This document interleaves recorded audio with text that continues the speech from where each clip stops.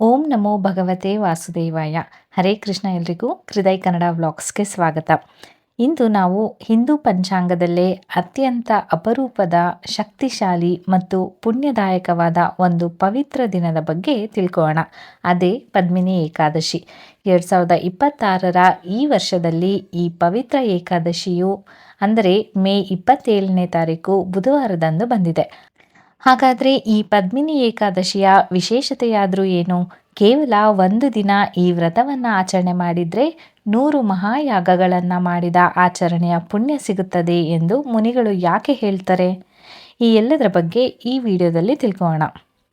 ಇದರ ರಹಸ್ಯ ಇರುವುದು ಇದು ಬರುವ ಸಮಯದ ಮೇಲೆ.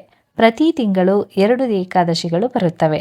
ಆದರೆ ಪದ್ಮಿನಿ ಏಕಾದಶಿಯು ಕೇವಲ ಅಧಿಕ ಮಾಸದಲ್ಲಿ ಮಾತ್ರ ಬರುತ್ತೆ.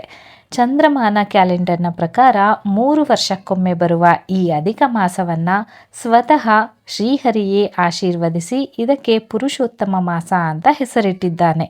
ಆದ್ದರಿಂದ ಈ ಮಾಸದಲ್ಲಿ ಮಾಡುವ ಯಾವುದೇ ಪೂಜೆ, ವ್ರತಗಳ ಪುಣ್ಯವು 100 ಪಟ್ಟು ಹೆಚ್ಚಾಗಿ ನಮಗೆ ಸಿಗುತ್ತವೆ. ಹಾಗಾದರೆ ಪದ್ಮಿನಿ ಏಕಾದಶಿಯ ಮಹತ್ವ ಏನು? ಇದರ ಮಹಾತ್ಮೆಯಂತೂ ಅಪಾರವಾದದ್ದು ಅಂತಲೇ ಹೇಳ್ಬೋದು. ಸಾಮಾನ್ಯ ಏಕಾದಶಿಗಳು ನಮ್ಮ ದೇಹ ಮತ್ತು ಮನಸ್ಸನ್ನು ಶುದ್ಧೀಕರಿಸಿದರೆ ಪದ್ಮಿನಿ ಏಕಾದಶಿಯು ನಮ್ಮ ಆತ್ಮವನ್ನೇ ಶುದ್ಧಗೊಳಿಸುತ್ತದೆ. ಇದು ನಮ್ಮ ಜನ್ಮ ಜನ್ಮಾಂತರಗಳ ಪಾಪಕರ್ಮಗಳನ್ನು ತೊಳೆದು ಹಾಕುತ್ತದೆ. ನಮ್ಮ ಜೀವನದಲ್ಲಿ ನಿರಂತರವಾಗಿ ಅಡೆತಡೆಗಳು, ಧನಹಾನಿ ಅಥವಾ ಕೌಟುಂಬಿಕ ಕಲಹಗಳು ಇದ್ದರೆ ಈ ದಿನ ಭಕ್ತಿಯಿಂದ ಕಥೆಯನ್ನು ಕೇಳಿ ವ್ರತವನ್ನು ಆಚರಣೆ ಮಾಡೋದ್ರಿಂದ ವಿಷ್ಣುವಿನ ಅನುಗ್ರಹ ಲಭಿಸಿ ಜೀವನವೇ ಬದಲಾಗುತ್ತದೆ. ಹಾಗಾದರೆ ಈ ಪದ್ಮಿನಿ ಏಕಾದಶಿಯ ಪೂಜಾ ಮುಹೂರ್ತ ಮತ್ತು ನಿಯಮಗಳು ಏನೇನು ಅಂತ ನೋಡೋದಾದರೆ, ಈ ವರ್ಷದ ಪೂಜೆಯ ಸರಿಯಾದ ಸಮಯವನ್ನು ನೋಟ್ ಮಾಡ್ಕೊಳ್ಳೋದು ಉತ್ತಮ. ಯಾಕಂದರೆ ಸಮಯ ಪಾಲನೆ ವ್ರತದಲ್ಲಿ ಅತ್ಯಂತ ಮುಖ್ಯ. ಏಕಾದಶಿ ತಿಥಿಯು ಮೇ 26ನೇ ತಾರೀಕು ಮಂಗಳವಾರದಂದೇ ಪ್ರಾರಂಭವಾಗುತ್ತೆ. ಆದರೂ ಉದಯ ತಿಥಿಯ ನಿಯಮದ ಪ್ರಕಾರ ನಾವು ಉಪವಾಸ ಮತ್ತು ವ್ರತವನ್ನು ಮೇ 27ನೇ ತಾರೀಕು ಬುಧವಾರದಂದು ಆಚರಣೆ ಮಾಡಬೇಕು. ಹಾಗಾದರೆ ಪಾರಣ ಸಮಯ ಮೇ 28ನೇ ತಾರೀಕು ಬೆಳಗ್ಗೆ 5 ಗಂಟೆ 25 ನಿಮಿಷದಿಂದ ಬೆಳಗ್ಗೆ 7 ಗಂಟೆ 56 ನಿಮಿಷದವರೆಗೆ ಇರುತ್ತೆ. ಏಕಾದಶಿ ವ್ರತವು ಸಂಪೂರ್ಣವಾಗುವುದು ಅದರ ಮರುದಿನದ ಪಾರಣೆ ಅಂದರೆ ಉಪವಾಸ ಬಿಡುವ ಸಮಯದಲ್ಲಿ. ಈ ವ್ರತದ ಪಾರಣೆಯನ್ನು ನೀವು ಮೇ 28 ಗುರುವಾರ ಬೆಳಗ್ಗೆ 5 ಗಂಟೆ 25 ನಿಮಿಷದಿಂದ 7 ಗಂಟೆ 56ರ ಒಳಗೆ ಮಾಡಬೇಕಾಗತ್ತೆ. ಈ ಸಮಯವನ್ನು ಮೀರಿದ್ರೆ ವ್ರತದ ಪೂರ್ಣ ಫಲ ಸಿಗೋದಿಲ್ಲ.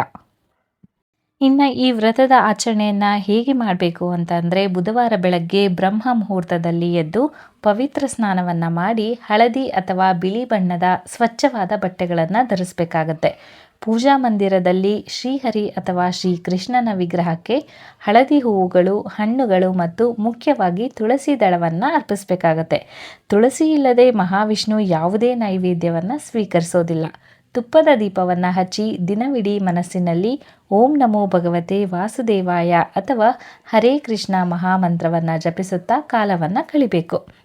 ಹಾಗಾದರೆ ಪದ್ಮಿನಿ ಏಕಾದಶಿಯ ಪವಿತ್ರವಾದ ವ್ರತದ ಕಥೆಯನ್ನು ನಾವೀಗ ನೋಡೋಣ.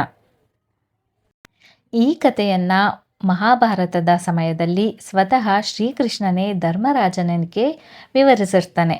ತ್ರೇತಾಯುಗದಲ್ಲಿ ಮಾಹಿಷ್ಮತಿ ಎಂಬ ಸಾಮ್ರಾಜ್ಯವನ್ನು ಕೃತವೀರ್ಯ ಎಂಬ ಅತ್ಯಂತ ಪರಾಕ್ರಮಿ ರಾಜನು ಆಳ್ತಾ ಇರ್ತಾನೆ. ಆತ ಧರ್ಮಾತ್ಮ ಮತ್ತು ಪ್ರಜಾವಾತ್ಸಲವಾಗಿರ್ತಾನೆ. ರಾಜನಿಗೆ ಅಪಾರ ಸಂಪತ್ತು, ಸುಂದರವಾದ ಅರಮನೆ ಎಲ್ಲವೂ ಕೂಡ ಇರುತ್ತೆ. ಆದರೆ ಆತನಿಗೆ ವಂಶವನ್ನು ಮುನ್ನಡೆಸಲು ಒಬ್ಬನೇ ಒಬ್ಬ ಹೆಣ್ಣು ಅಥವಾ ಗಂಡು ಮಗು ಇರೋದಿಲ್ಲ. ಈ ದುಃಖ ಇಡೀ ಅರಮನೆಯನ್ನು ಆವರಿಸಿರುತ್ತೆ. ಇನ್ನು ಸಂತಾನ ಭಾಗ್ಯಕ್ಕಾಗಿ ರಾಜನು ತನ್ನ ರಾಜ್ಯವನ್ನು ಮಂತ್ರಿಗಳಿಗೆ ಒಪ್ಪಿಸಿ ತಪಸ್ಸನ್ನು ಮಾಡಲು ನಿರ್ಧರಿಸ್ತಾನೆ.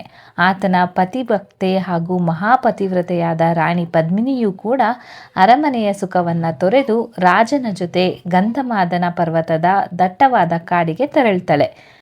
ರಾಜ ಕೃತವೀರ್ಯನು ಸಾವಿರಾರು ವರ್ಷಗಳ ಕಾಲ ಕಠಿಣ ತಪಸ್ಸನ್ನು ಮಾಡ್ತಾನೆ.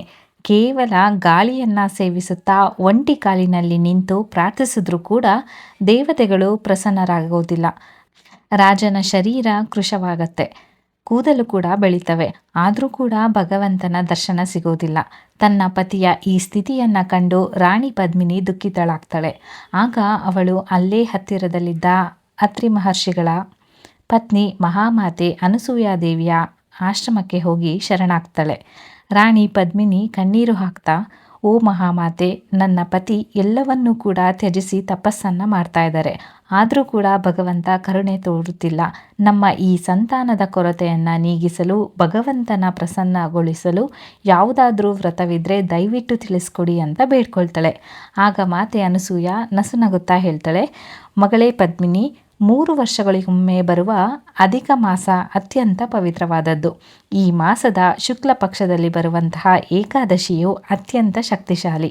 ನೀನು ಆ ದಿನ ನಿರ್ಜಲ ಉಪವಾಸವಿದ್ದು, ಅಂದರೆ ನೀರು ಕುಡಿಯದೆ ಉಪವಾಸ ಇದ್ದು ಭಕ್ತಿಯಿಂದ ವ್ರತವನ್ನು ಆಚರಣೆ ಮಾಡು.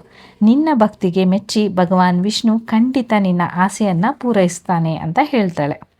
ಇನ್ನು ರಾಣಿ ಪದ್ಮಿನಿ ಅತ್ಯಂತ ಶ್ರದ್ಧೆ ಮತ್ತು ನಂಬಿಕೆಯಿಂದ ಅಧಿಕ ಮಾಸ ಬಂದಾಗ ಆ ಏಕಾದಶಿ ವ್ರತವನ್ನು ಆಚರಣೆ ಮಾಡ್ತಾಳೆ. ದಿನವಿಡೀ ನೀರನ್ನು ಕುಡಿಯದೆ ರಾತ್ರಿ ಇಡೀ ಭಗವಂತನ ಕೀರ್ತನೆಗಳನ್ನು ಹಾಡ್ತಾ ಜಾಗರಣೆಯನ್ನು ಮಾಡ್ತಾಳೆ. ಅವಳ ನಿಷ್ಕಲ್ಮಶ ಭಕ್ತಿ ವೈಕುಂಠದಲ್ಲಿದ್ದ ಶ್ರೀಹರಿಯ ಸಿಂಹಾಸನವನ್ನೇ ನಡಗಿಸುತ್ತೆ. ಇನ್ನು ರಾಣಿಯ ಭಕ್ತಿಗೆ ಮೆಚ್ಚಿದ ಮಹಾವಿಷ್ಣು ತಕ್ಷಣವೇ ಗರುಡ ವಾಹನ ರೂಢನಾಗಿ ಅವಳ ಮುಂದೆ ಪ್ರತ್ಯಕ್ಷನಾಗ್ತಾನೆ. ಆ ದಿವ್ಯ ತೇಜಸ್ಸಿಗೆ ಇಡೀ ಕಾಡೆ ಬೆಳಗುತ್ತೆ. ಭಗವಂತನು ಹೇಳ್ತಾನೆ, ಎಲೈ ಪತಿವ್ರತೆಯಾದ ರಾಣಿಯೇ, ನಿನ್ನ ಈ ಏಕಾದಶಿ ವ್ರತಕ್ಕೆ ನಾನು ಪ್ರಸನ್ನನಾಗಿದ್ದೇನೆ, ನಿನಗೆ ಬೇಕಾದ ವರವನ್ನು ಕೇಳು ಅಂತ ಹೇಳ್ತಾನೆ. ಆಗ ರಾಣಿ ಪದ್ಮಿನಿ ಕೈ ಮುಗಿದು, ಹೇ ಜಗನ್ನಾಥ, ನನಗೇನೂ ಬೇಡ, ನನ್ನ ಪತಿಯ ಮನದಾಸೆಯನ್ನು ಈಡೇರಿಸು ಅಂತ ವಿನಂತಿಸ್ತಾಳೆ. ಆಗ ವಿಷ್ಣು ರಾಜನಿಗೆ ವರ ಕೇಳಲು ಹೇಳಿದಾಗ ರಾಜನು ಒಂದು ವಿಶಿಷ್ಟ ವರವನ್ನು ಕೇಳ್ತಾನೆ. ಸ್ವಾಮಿ, ನನಗೆ ದೇವತೆಗಳು, ದಾನವರು, ಮನುಷ್ಯರು ಯಾರಿಂದಲೂ ಸೋಲಿಸಲು ಸಾಧ್ಯವಾಗದ ಅತ್ಯಂತ ಪರಾಕ್ರಮಿ ಮಗ ಬೇಕು. ಆತ ಕೇವಲ ನನಗಿಂತಲೂ ಶ್ರೇಷ್ಠನಾದ ದಿವ್ಯ ಪುರುಷನಿಂದ ಮಾತ್ರ ಸೋಲಲ್ಪಡಬೇಕು ಅಂತ ಹೇಳ್ತಾನೆ. ಭಗವಂತನು ತಥಾಸ್ತು ಅಂತ ಹೇಳಿ ಅಂತರ್ಧಾನನಾಗ್ತಾನೆ. ಅದರಂತೆ ರಾಣಿ ಪದ್ಮಿನಿಗೆ ಒಬ್ಬ ತೇಜಸ್ವಿ ಮಗ ಹುಡ್ತಾನೆ. ಅವನೇ ಮುಂದೆ 1000 ತೋಳುಗಳುಳ್ಳ ಕಾರ್ತವೀರ್ಯ ಅರ್ಜುನ ಅಂತ ಪ್ರಸಿದ್ಧನಾಗ್ತಾನೆ. ಈತ ಎಷ್ಟು ಶಕ್ತಿಶಾಲಿಯಾಗಿದ್ದನೆಂದರೆ ಮಹಾಪರಾಕ್ರಮಿ ರಾವಣನನ್ನೇ ಯುದ್ಧದಲ್ಲಿ ಸೋಲಿಸಿ ತನ್ನ ಕುದುರೆ ಲಾಯದಲ್ಲಿ ಕೈದಿಯಾಗಿ ಇಟ್ಟಿರ್ತಾನೆ. ಇಂತಹ ಮಹಾಪರಾಕ್ರಮಿ ಪುತ್ರನು ಜನಿಸಿದ್ದು ಕೇವಲ ರಾಣಿ ಪದ್ಮಿನಿ ಮಾಡಿದ ಆ ಒಂದು ದಿನದ ಏಕಾದಶಿ ವ್ರತದ ಪುಣ್ಯದಿಂದ. ರಾಣಿ ಪದ್ಮಿನಿ ಈ ವ್ರತವನ್ನು ಮೊದಲು ಆಚರಿಸಿ ಇದರ ಮಹಿಮೆಯನ್ನು ಜಗತ್ತಿಗೆ ಸಾರಿದ್ದರಿಂದ ಭಗವಾನ್ ವಿಷ್ಣು ಈ ಏಕಾದಶಿಗೆ ಅವಳದೇ ಹೆಸರನ್ನು ಇಟ್ಟು ಪದ್ಮಿನಿ ಏಕಾದಶಿ ಅಂತ ಕರೀತಾನೆ. ನೋಡಿದ್ರಲ್ಲ ವೀಕ್ಷಕರೇ, ಮನುಷ್ಯನ ಪ್ರಯತ್ನ ಮುಗಿದಾಗ ದೈವಶಕ್ತಿ ಹೇಗೆ ಕೆಲಸ ಮಾಡುತ್ತದೆ ಎಂಬುದಕ್ಕೆ ಈ ಪದ್ಮಿನಿ ಏಕಾದಶಿಯೇ ಸಾಕ್ಷಿ. ರಾಜನಿಗೆ 1000 ವರ್ಷಗಳ ತಪಸ್ಸಿನಿಂದ ಸಿಗದ ಫಲ ರಾಣಿಗೆ ಕೇವಲ 1 ದಿನದ ಭಕ್ತಿಯ ವ್ರತದಿಂದ ಸಿಕ್ಕಿತು. ನೀವು ಕೂಡ ಈ ವರ್ಷ ಮೇ 27ನೇ ತಾರೀಕು ಬುಧವಾರದಂದು ಈ ವ್ರತವನ್ನು ಆಚರಣೆ ಮಾಡ್ತಾ ಇದ್ದರೆ ಈ ವಿಷಯಗಳನ್ನು ಮೊದಲು ನೆನಪಿಡಿ. ಮಂಗಳವಾರ ರಾತ್ರಿಯಿಂದಲೇ ಅನ್ನ ಧಾನ್ಯಗಳ ಸೇವನೆಯನ್ನು ಬಿಟ್ಟು ಸಾತ್ವಿಕವಾಗಿರಿ. ಈ ದಿನ ಯಾರ ಮೇಲೂ ಕೂಡ ಕೋಪವನ್ನು ಮಾಡ್ಕೊಳ್ಬೇಡಿ, ಸುಳ್ಳನ್ನು ಹೇಳಬೇಡಿ. ಆರೋಗ್ಯ ಸರಿ ಇಲ್ಲದಿದ್ದರೆ ಪೂರ್ಣ ಉಪವಾಸ ಬೇಡ, ಹಣ್ಣು ಮತ್ತು ಹಾಲನ್ನು ಸೇವಿಸಿ ವ್ರತವನ್ನು ಮಾಡಬಹುದು. ಭಗವಂತನಿಗೆ ನಿಮ್ಮ ಭಕ್ತಿ ಮುಖ್ಯವೇ ಹೊರತು ಹಸಿವಿನ ಕಷ್ಟವಲ್ಲ. ಒಂದು ವೇಳೆ ನಿಮಗೆ ಉಪವಾಸ ಮಾಡಲು ಸಾಧ್ಯವಾಗದಿದ್ದರೂ ಈ ಕಥೆಯನ್ನು ಕೇಳುವುದು ಅಥವಾ ನಿಮ್ಮ ಸ್ನೇಹಿತರೊಂದಿಗೆ ಹಂಚಿಕೊಳ್ಳೋದ್ರಿಂದಲೂ ನಿಮಗೆ ಏಕಾದಶಿಯ ಪುಣ್ಯ ಲಭಿಸುತ್ತೆ. ನಿಮಗೆ ಈ ವಿಡಿಯೋ ಇಷ್ಟ ಆಯಿತು ಅಂತ ಅನಿಸಿದ್ರೆ ಈ ವಿಡಿಯೋಗೆ ಲೈಕ್ ಮಾಡಿ, ನಿಮ್ಮ ಆಪ್ತರೊಂದಿಗೆ ಈ ವಿಡಿಯೋವನ್ನು ಶೇರ್ ಮಾಡಿ, ಹಾಗೆ ನಮ್ಮ ಚಾನಲ್ಗೆ ಸಬ್ಸ್ಕ್ರೈಬ್ ಮಾಡಲು ಮರಿಬೇಡಿ. ಕಮೆಂಟ್ ಬಾಕ್ಸ್ನಲ್ಲಿ ಓಂ ನಮೋ ಭಗವತೆ ವಾಸುದೇವಾಯ ಅಂತ ಬರೆದು ಶ್ರೀಹರಿಯ ಕೃಪೆಗೆ ಪಾತ್ರರಾಗಿ. ಭಗವಾನ್ ಪುರುಷೋತ್ತಮನು ನಿಮಗೆ ಮತ್ತು ನಿಮ್ಮ ಕುಟುಂಬಕ್ಕೆ ಆಯುಷ್ಯ, ಆರೋಗ್ಯ, ಐಶ್ವರ್ಯವನ್ನು ನೀಡಲಿ ಅಂತ ಕೇಳ್ಕೊಳ್ತಾ ಈ ವಿಡಿಯೋವನ್ನು ಮುಗಿಸ್ತಾ ಇದ್ದೀನಿ. ಎಲ್ರಿಗೂ ನಮಸ್ಕಾರ. ಹರೇ ಕೃಷ್ಣ.